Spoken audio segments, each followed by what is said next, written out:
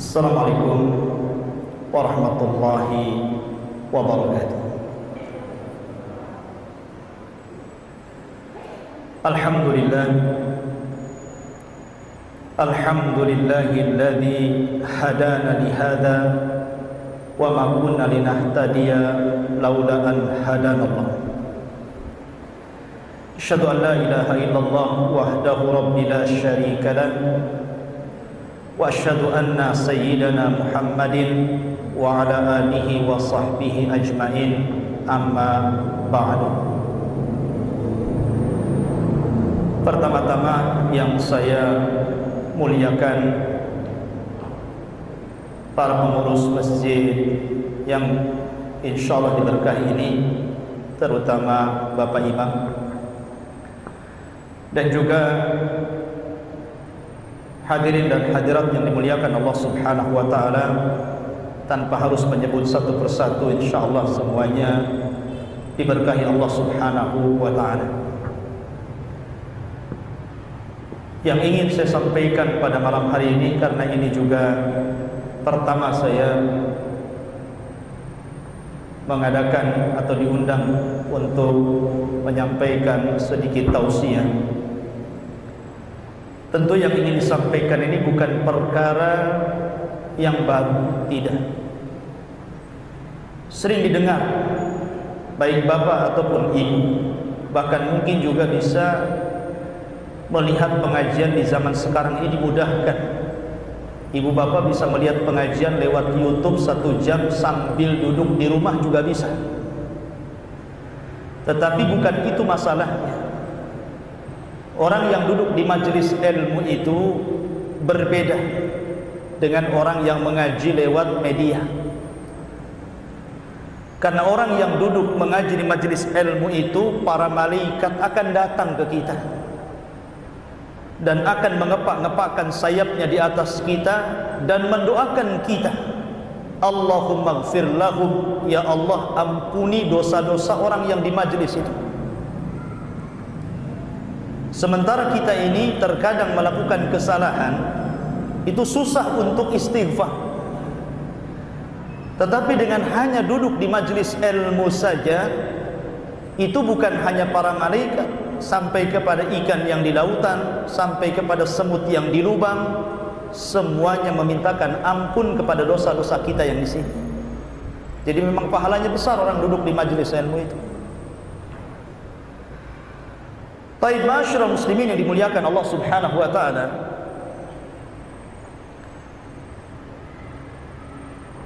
materi yang ingin saya sampaikan adalah materi yang sangat sederhana tentang keistimewaan dan kemuliaan Nabi kita yang mulia alaihi salatu wassalam dibandingkan seluruh makhluk yang Allah ciptakan, termasuk juga malaikat. Di dalam Al-Quranul Karim, Allah Subhanahu wa taala memuji Nabi sallallahu alaihi wasallam dengan pujian yang belum pernah diberikan kepada seluruh para nabi dan rasul. Allah mengatakan, wa innaka la'ala khuluqin azim. Hai Muhammad, sesungguhnya engkau berada di atas akhlak yang paling tinggi. Pujian ini tidak diberikan kepada seluruh para nabi dan rasul, tapi pujian ini diberikan kepada Rasul kita yang mulia alaihi salatu wassalam, karena ketinggian dan kemuliaan beliau dibandingkan seluruh makhluk yang ada. Saya akan contohkan beberapa keistimewaan beliau. Kita tidak hendak membandingkan para nabi, wallahi tidak. Karena Nabi SAW yang mengatakan, la tufaddiluni ala Yunus ibn Matta', jangan kau utamakan aku dengan Yunus ibn Matta'. Nabi Yunus punya keutamaan sendiri, saya juga punya keutamaan sendiri. Karena Allah Subhanahu wa taala berfirman, la nufarriqu baina ahadin mir rusuli. Kita tidak boleh membanding-bandingkan ataupun membeda-bedakan para rasul. Tetapi karena kita ini punya nabi, dengan mengetahui keistimewaan nabi kita dibandingkan seluruh para nabi, maka kita akan terangsang untuk lebih menjadikan Rasul kita ini sebagai panutan dalam hidup dan kehidupan kita. Itu tujuannya. Yang pertama, keutamaan Nabi SAW dibandingkan para malaikat. Ketika Nabi Allah Adam SAW diciptakan oleh Allah Subhanahu wa Ta'ala, kemudian malaikat dibariskan, termasuk juga iblis di situ. Kemudian Allah Subhanahu wa Ta'ala berfirman, wa idz qala rabbu, dalam Al-Qur'an, usjudu li Adam fasajadu illa iblis. Wa idz qala rabbuka lil malaikati usjudu li Adam fasajadu illa iblis. Dan ketika Rabbmu berfirman kepada para malaikat, sujudlah kalian ke Nabi Adam, maksudnya sujud penghormatan. Kalau tentara itu ya menghormati atasannya kan begini, kan begitu. Ini hormatnya tentara namanya. Kalau hormatnya para malaikat kepada Nabi Adam dengan cara apa? Dengan cara sujud. Berarti sujud ini bukan sujud ibadah, karena tidak boleh diberikan kecuali kepada Allah. Apa kata Allah? Fasajadu, seluruh malaikat sujud kecuali iblis. Kalau Adam alaihi salatu wassalam lebih mulia dibandingkan para malaikat, karena malaikat sujud kepada Adam, maka Nabi kita yang mulia alaihi salatu wassalam lebih mulia dibandingkan Adam. Mana dalilnya? Karena Nabi SAW termasuk ulul azmi minar rusul. Dan ulul azmi itu cuma ada 5. Adam tidak masuk di sini. Ulul azmi itu Nuh, Ibrahim, Isa, Musa, kemudian Rasul kita yang mulia alaihi salatu wassalam. Itu disebut ulul azmi. Adam tidak masuk di sini. Menunjukkan bahwa Rasul lebih mulia dibandingkan Adam, dan Adam lebih mulia dibandingkan malaikat. Secara otomatis tentu Rasul lebih mulia dibandingkan malaikat. Kalau ada orang yang bertanya, Ustaz, bukankah Adam pernah tinggal di sorga? Pernah masuk dan menginjakkan kakinya di sorga? Allah berfirman kepada Adam, uskun anta wa zaujukal jannah, masuklah engkau dan istrimu Hawa ke dalam sorga. Kita katakan Nabi kita juga sama, pernah masuk ke dalam sorga dalam peristiwa Isra dan Mi'raj. Ini sekarang bulan Rajab, kita diingatkan dengan peristiwa besar yang disebut dengan Isra dan Mi'raj. Rasul masuk ke dalam sorga. Makanya Nabi SAW bisa mensifati sorga secara global kepada kita. Karena Nabi SAW pernah diperlihatkan dan masuk ke dalam sorga. Salah satu hadis yang ma'ruf, Nabi SAW mengatakan, dakhaltul jannah fa idza ana biqasrin minadz dzahab. Aku masuk ke dalam sorga, tiba-tiba dihadapkan kepadaku istana terbuat dari emas. Kemudian Rasul bertanya kepada Jibril, itu tuh siapa itu? Jibril mengatakan, untuk anak muda dari Quraisy. Kata Rasul, jangan-jangan saya, karena saya anak muda dari Quraisy. Kemudian Rasul bertanya lagi, untuk siapa wahai Jibril? Ternyata Jibril mengatakan, untuk Umar Ibnil Khattab. Orang yang belum masuk sorga, istananya sudah dibuatkan. Luar biasa Umar itu. Jadi kalau Adam pernah tinggal di sorga, Rasul pun pernah menginjak sorga. Tetapi Adam alaihi salatu wassalam diusir dari sorga dan tidak akan masuk ke dalam sorga kecuali karena syafaat Rasul. Seluruh para nabi dan rasul walaupun sudah diponis masuk sorga, mereka nggak bisa masuk sorga kecuali syafaat khusus yang Allah berikan kepada Rasul. Ketika seluruh manusia berjubel di pintu-pintu sorga, sayati alaikum zaman kadidum minaz ziham. Kata Rasul, akan datang zamannya seluruh manusia berdesak-desakan di pintu sorga, tidak ada yang bisa masuk sorga. Kenapa? Pintunya tertutup. Tiba-tiba Nabi SAW dari keramaian itu muncul, kemudian mendekati pintu sorga, kemudian mengucapkan salam, dijawab oleh malaikat Ridwan salamnya, dan malaikat Ridwan mengatakan, bika umirtu alla aftah li ahadin qablaka qat. Karenamu ya Muhammad, aku dilarang Allah tidak boleh membuka pintu ini kecuali kau yang minta. Kalau Rasul SAW tidak membuka pintu sorga, orang akan di depan pintu sorga saja itu. Dari sini tentu Rasul lebih istimewa dibandingkan Adam alaihi salatu wassalam.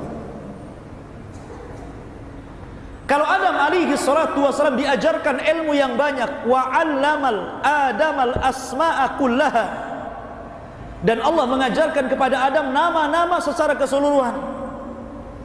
Rasul juga sama, wa 'allamaka ma lam takun ta'lam, dan Allah telah mengajarkan kepada Muhammad sesuatu yang kau sebelumnya tidak tahu.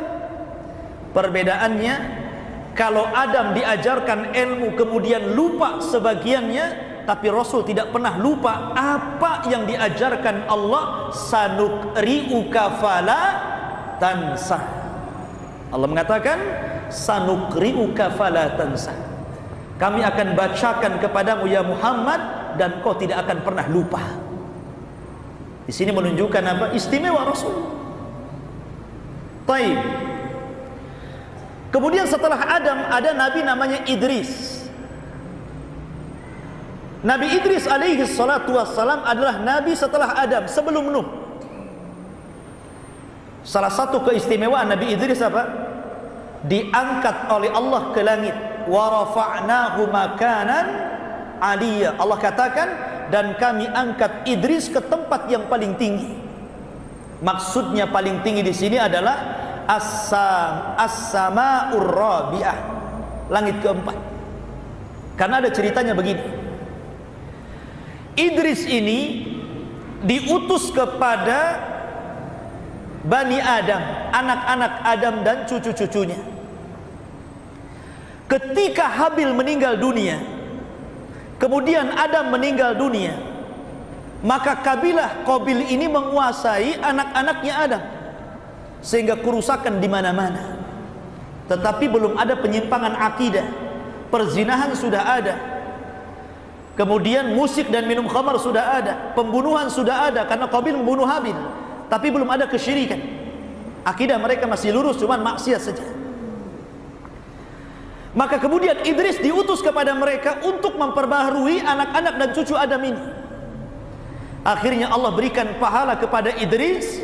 Setiap hari Idris akan mendapatkan pahala sejumlah orang yang didakwahinya.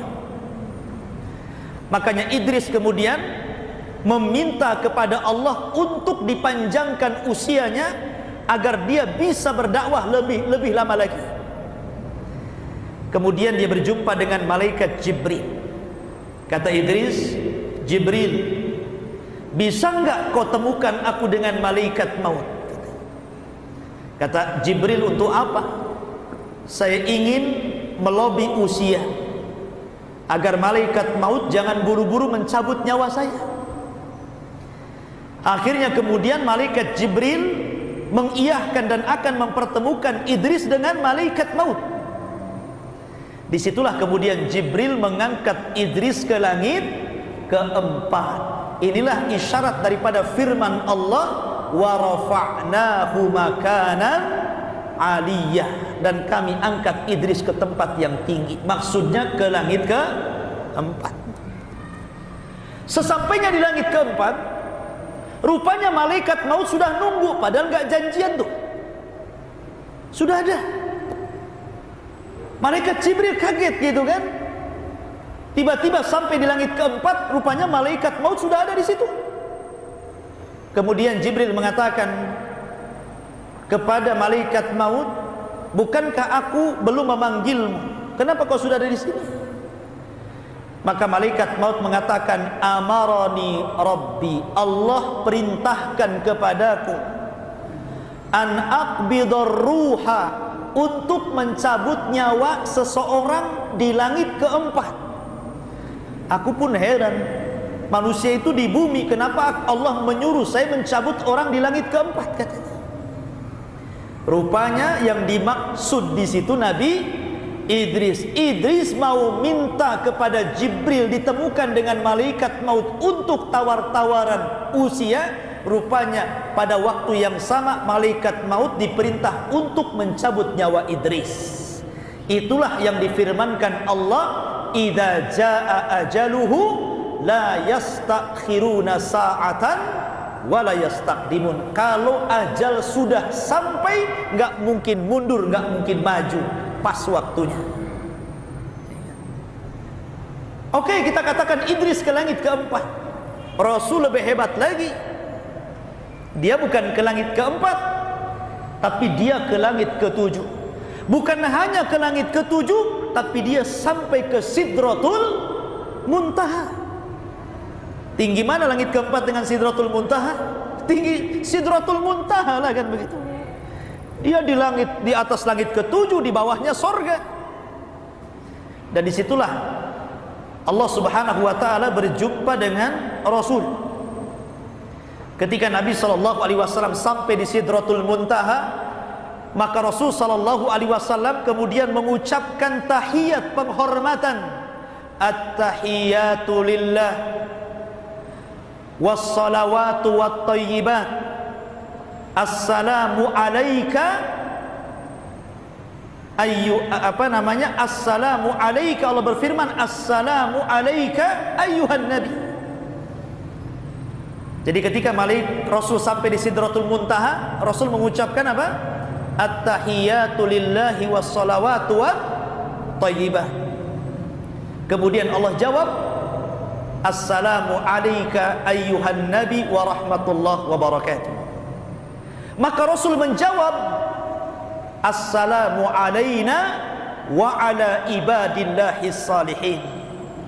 Kemudian didengar malaikat Jibril, asyhadu an la ilaha illallah wa asyhadu anna muhammadar rasulullah.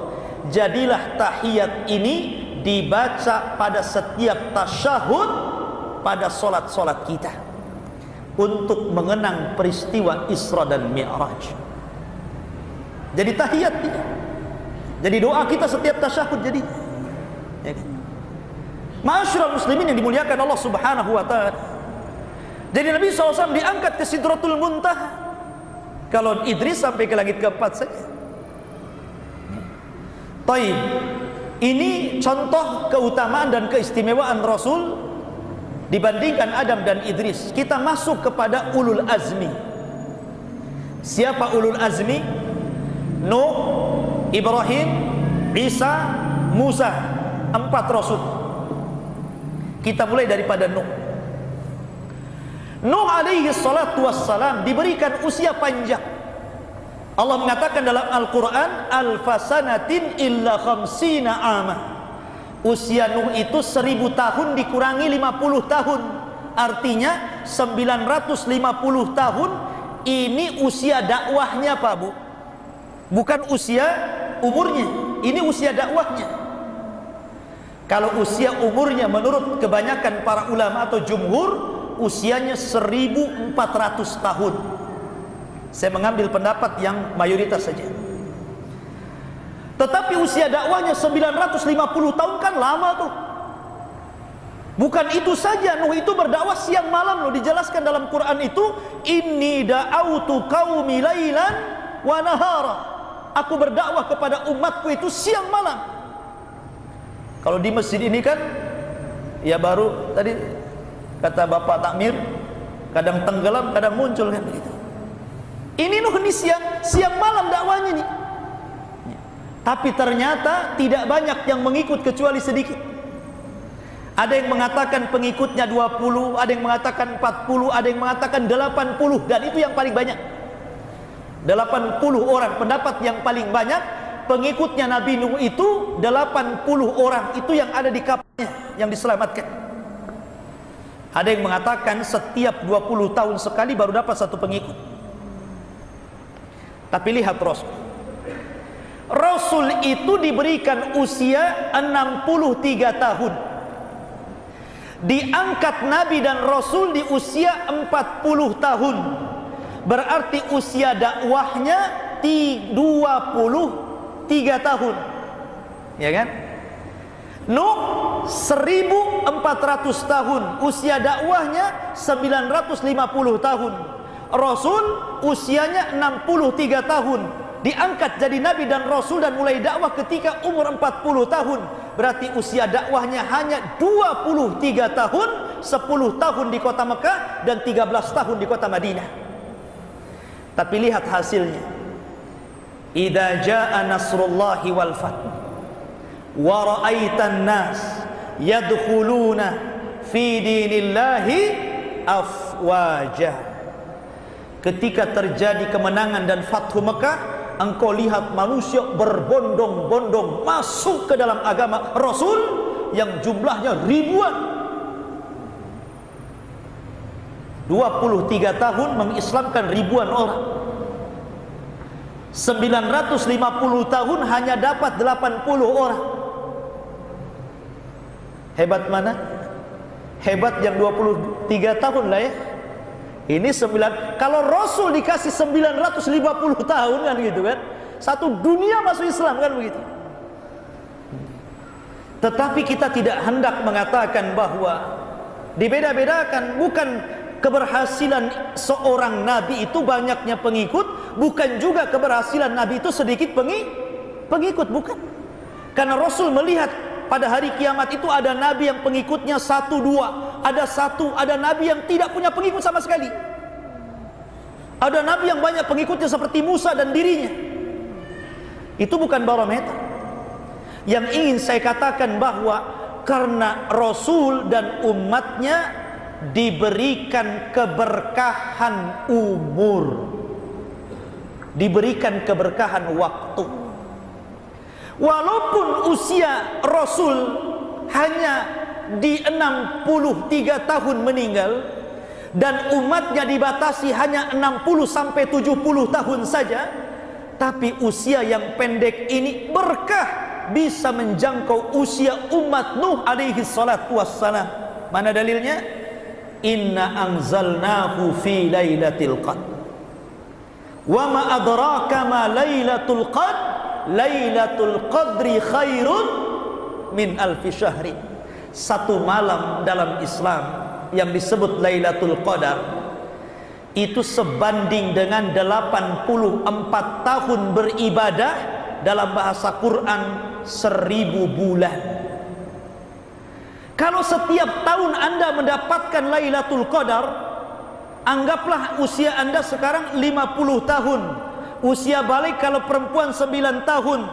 Berarti kalau setiap tahun mendapatkan Lailatul Qadar, berapa kali dapat tuh? Kalikan 1000 bulan. Seolah-olah usia kita panjang. Itu baru Lailatul Qadar saja. Karena banyak dalam Islam itu amalan-amalan kecil tapi pahalanya besar. Seperti contohnya doa masuk pasar. Kata Nabi SAW, siapa yang berdoa masuk pasar, maka akan dihapus 1 juta kesalahan, diberikan pahala 1 juta pahala, dan diangkat 1 juta derajat. Ibu-ibu kalau masuk pasar baca doa enggak itu? Yang enggak, buka dompet ya. Ini cukup enggak belanjanya katanya? Baca doa dulu. Karena di pasar itu tempatnya setan, Bu. Setan itu menancapkan bendera perang itu di pasar. Karena tidak ada dosa yang paling lengkap kecuali di pasar. Sebutkan dosa apa yang tidak ada di pasar? Ada semua tuh. Orang bertengkar ada di pasar. Orang hasad sesama pedagang ada di pasar. Orang kedukun biar laris ada di orang-orang pasar tuh biasanya. Ya kan? Sebutkan apa? Nampak aurat di pasar. Makanya Rasul mengatakan sebaik-baik tempat masjid dan seburuk-buruk tempat pasar, tetapi kebanyakan orang tinggal di tempat yang paling buruk. Ya, kata Pak Imam tadi, kalau pengajian jemaahnya lari katanya. Tapi kalau ada konser di pasar masuk semua katanya. Apalagi pasar sekarang itu indah ya. Coba lihat mal-mal itu, jauh lebih bagus dibandingkan rumah kita. Toiletnya saja lebih baik daripada ruangan rumah kita itu, mal itu. Ya. Semuanya ber-AC, sehingga orang makin nyaman lagi di tempat yang paling buruk tuh. Coba ya. Masyarul muslimin yang muliakan, kita kembali karena umat Muhammad itu diberkahi usianya. Nuh alaihi salatu wassalam tidak sabar dakwahnya. Setelah 950 tahun berdakwah, Allah firmankan kepada Nuh bahwa umatnya tidak mungkin beriman kecuali sedikit.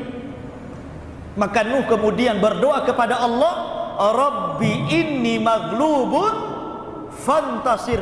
Ya Rabb, kaumku hendak mengalahkanku, aku minta tolong Rabb. Nggak sabar Nuh. Akhirnya dia minta agar umatnya diazab. La tadar alal minal kafirina dayyara. Ya Rabb, jangan kau tinggalkan satu pun jiwa orang kafir. Bayangkan, minta dibinasakan semua sama Nuh, orang-orang yang beriman, dan Allah kabulkan. Datang banjir dengan angin tupan, akhirnya meluluh lantakkan negeri dan seluruh dunia. Tidak ada satupun yang hidup kecuali Nuh dan pengikutnya. Tapi lihat Rasul, macam-macam ujian yang ditimpa Rasul dalam berdakwah. Diancam bunuh, iya. Dicaci maki biasa. Dilempari kotoran, iya. Diusir, ya. Dilempari batu. Siapa dai yang seperti ini di zaman sekarang coba? Nggak ada. Sesat-sesatnya dai, anggaplah ada dai sesat ngaku nabi gitu kan. Tapi tidak ada seperti nabi ujiannya. Nabi ini mendakwahkan yang benar, tapi lihat semua ujian ada dia. Ketika dia awal dapat wahyu, jalan ke pasar-pasar dia. Ketika musim haji, datang ke orang-orang di musim haji dan mengatakan, Qulu la ilaha illallah ayyuhan nas, wahai manusia ucapkan la ilaha illallah. Abu Lahab di belakang sambil ngelempari pakai kerikil kecil kepada Rasul, la tusaddiqu fa innahu kadhib. Jangan benarkan, itu pendusta itu. Pamannya yang ngomong gitu. Kalau sudah pamannya yang ngomong begitu kan pasti percaya. Kenapa? Karena paman lebih paham ponakan. Abu Lahab lebih paham siapa Rasul menurut orang-orang kan gitu. Ini dari keluarga, orang-orang terdekat Abu Jahal. Sampai belakangan gak kuat, diusirnya, disuruhnya sahabat hijrah ke Habasyah pertama, ke Habasyah kedua, baru kemudian ke Madinah. Rasul pun ikut hijrah sekalian. Tapi Rasul sabar. Bahkan suatu ketika Nabi SAW dakwah di Taif, dilempari batu sama orang-orang Taif, sampai berdarah-darah Rasul. Ada dai yang seperti ini sekarang dilempari sama umat sampai berdarah-darah gitu kan. Mungkin pensiun jadi dai dia. Ya kan? Tapi Nabi SAW berdoa kepada Allah. Ketika datang malaikat Jibril membawa 2 malaikat penjaga bukit Taif. Kemudian Jibril mengatakan, ya Muhammad, nih 2 malaikat penjaga bukit, murhumah, perintahkan kepada keduanya, kalau kau mau, dia siap mengangkat 2 bukit Taif dan ditimpakan kepada penduduk Taif. Tapi Rasul sabar. Rasul hanya mengatakan, Allahumma hdi biqaumin fa innahum la ya'lamun. Ya Rabb, jangan kau hancurkan mereka, berikan saja hidayah kepada mereka, karena mereka itu kaum yang tidak tahu. Sebab kalau mereka tahu saya nabi, tidak mungkin mereka melampari saya. Sabar Rasul itu. Tidak ada orang yang paling sabar. Sekarang kalau anda sekarang dapat musibah, anggaplah anda dapat musibah, sebutkan musibah ada, musibah anda. Pasti semua musibah yang Anda derita Rasul pernah mengalaminya. Anda kehilangan orang tua, Rasul pun kehilangan orang tua. Wa wajadaka yatiman fa'awa. Rasul yatim ketika dalam kandungan Abdullah meninggal dunia. Kalau Anda ditimpa musibah, anak Anda meninggal semua, Rasul pun anaknya meninggal kecuali satu, Fatimah, baru meninggal setelah Rasul meninggal. Tapi seluruh anak Rasul 6 orang, mulai daripada Abdullah, Qasim, Tayyib, kemudian Zainab, Ummu Kulthum, kemudian Ruqayyah, semua meninggal sebelum Rasul meninggal. Kecuali Fatimah 6 bulan setelah Rasul meninggal baru dia meninggal. Kalau Anda meninggal anaknya, Rasul pun meninggal anaknya. Kalau Anda miskin, Ustaz saya miskin, kerjaan saya ngojek online. Sekarang di demo-demo ojek-ojek ini makin sulit lagi. Ya kan? Nabi loh 15 tahun jadi gembala kambing. Penggembala kambing loh, bukan ojek online. Menggala kambing ini miskin, dibayar sekedarnya, kambing lagi yang dirawat. Kalau seandainya Anda ditimpa musibah, apa coba musibah Anda? Anda dalam berdakwah dilempari, Rasul sudah dilempari. Anda dalam berdakwah dicaci maki, Rasul dicaci maki. Anda dalam berdakwah diancam bunuh, Rasul hampir dibunuh. Bahkan Rasul pun terusir dari kota Mekah dan menuju Madinah. Jadi nggak ada musibah yang kita alami melainkan Rasul itu pernah mengalaminya. Makanya Rasul mengatakan asyaddal bala indallahil anbiya. Yang paling dahsyat bala, artinya ujian, itu para nabi. Jadi kalau kita melihat nabi itu tenang jadinya. Anak kita meninggal, nabi juga meninggal kok anaknya.